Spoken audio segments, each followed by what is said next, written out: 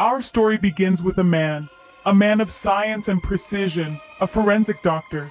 His world is one of cold slabs, sterile instruments and silence, a world where the departed speak volumes. Each day, he steps into this realm, his sanctuary, where he unravels the hidden truths that lie beneath the skin of the deceased. He's a seasoned professional, a silent witness to countless tales of life's final chapter. His meticulous eyes have seen it all, from the peaceful departures to the violently abrupt endings. His job is not for the faint-hearted. He finds answers in the silent whispers of the dead, solving the riddles that life could not. His routine, a dance of precision and knowledge, has never been disrupted, until one fateful night, a night that would challenge his understanding of the world, of life and death. But one night, he would encounter something that defied all logic and science. A case like no other lands on his table, a woman brutally murdered. The chill of the morgue couldn't mask the horror that this woman had faced in her final moments. Her body was a tapestry of violence and terror. Yet even as the forensic doctor began his grim examination, something about this case was different. This woman, so brutally dispatched, was a puzzle. Her wounds were severe, far beyond what any human could survive, yet something was off. The body was cold, as one would expect from a lifeless form, yet the pallor of her skin was not quite right. It maintained a certain glow, an almost imperceptible whisper of life that seemed to defy the reality of her condition. Examining her closer, he noticed other oddities. Her teeth, sharper than usual, almost predatory. Her nails, hardened like claws. And then there was the wound on her neck, two puncture marks that seemed oddly familiar. It all painted an eerie picture, the pieces of which were beginning to form a chilling pattern. The doctor, a man of science, found his thoughts wandering into the realm of the supernatural, a realm of shadows and creatures of the night, a realm where the dead walked and the living feared the darkness, a realm he had always dismissed as mere folklore and superstition.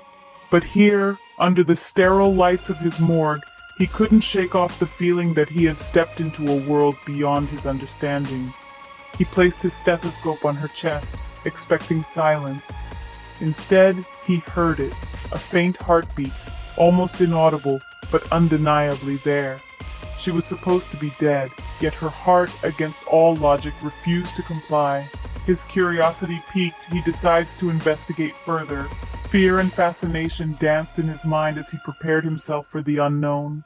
This was no ordinary case. This was a journey into the shadows, a dance with the unbelievable, a step into the world of the undead.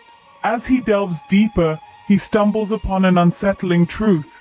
The forensic doctor, seasoned in his profession, finds himself at odds with what is unfolding before his eyes. A woman, who by every measure should be dead, is not. Her body, cold and lifeless moments ago, now shows signs of life. Her skin, once ashen, begins to regain a rosy hue, but it's the eyes, those striking scarlet eyes, that truly unsettle him.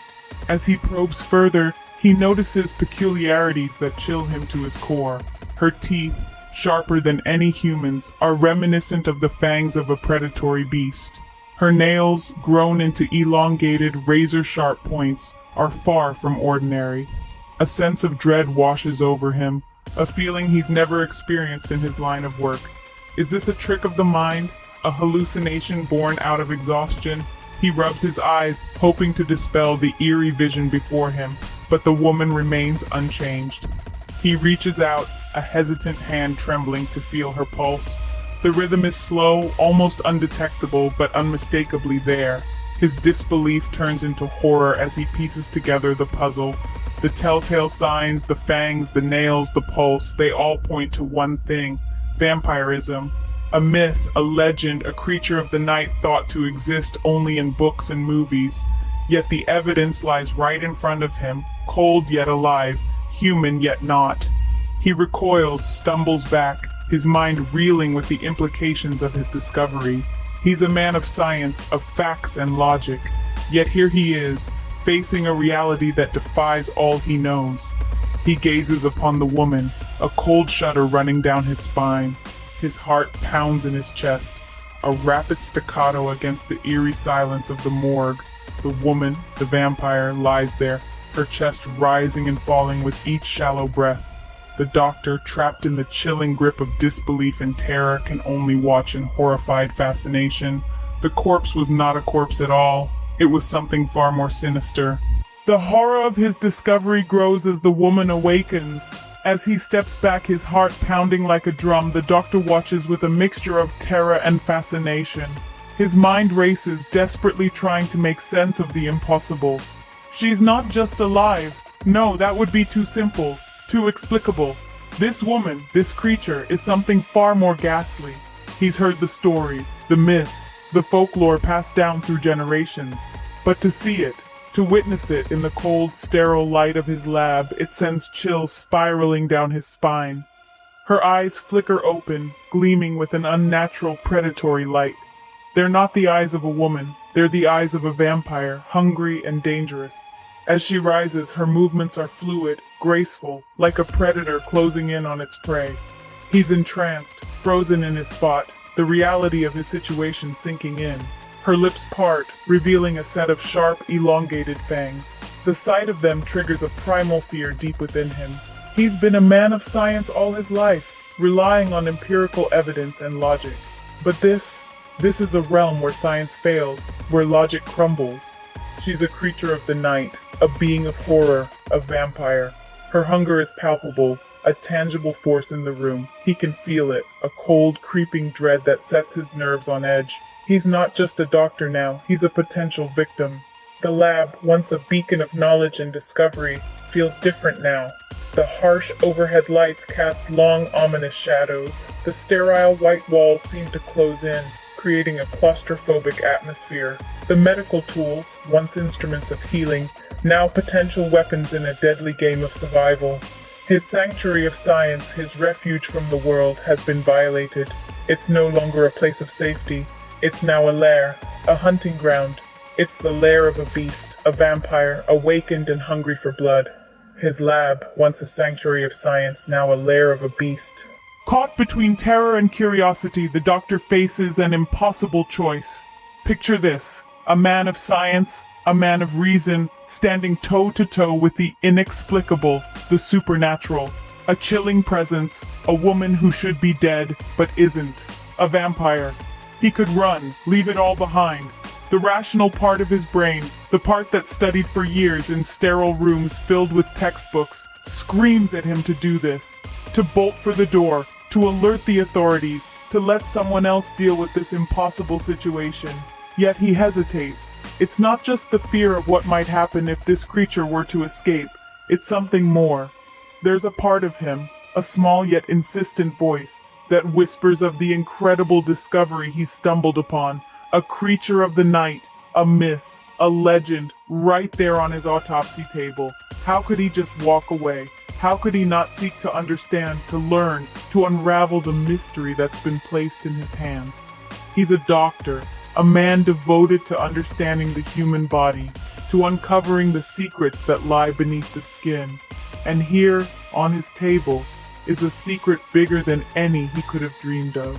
A secret that could change everything we know about life and death. A secret that could make him a legend in his field. But there's a price to this knowledge. A cost. The woman on the table is no mere corpse awaiting dissection.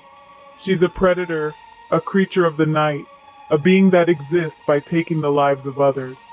To pursue this knowledge, to stay in that room with her, is to risk his own life. His fear was palpable, the cold sweat on his brow, the quickening of his pulse. But so was his thirst for knowledge. The scales of his dilemma, perfectly balanced. The doctor, caught in the grip of terror and curiosity, teetering on the edge of the abyss. The wheels of destiny have taken a grim turn. Our forensic doctor, filled with courage and trepidation, has made his choice. He chose to confront the beast, the vampire and undead that once drew breath as a woman. However, he found himself tossed into the whirlpool, the supernatural, a game with rules that defied everything he knew. The stakes couldn't be higher, but the doctor, lost and outmatched, fell into the vampire's wicked grasp. The terrifying creature of the night, having achieved its prey, vanished into the darkness from which it came, leaving behind the lab, now a chilling monument of a supernatural encounter. The eerie silence is a haunting memoir of the doctor's failed struggle against the ancient predator. In the end, the doctor could not survive this night of horror. The vampire, now unchecked, disperses into the obscurity, leaving us with a chilling question: what now? So we delve deeper into this mystery. Let us brace ourselves for what may come next.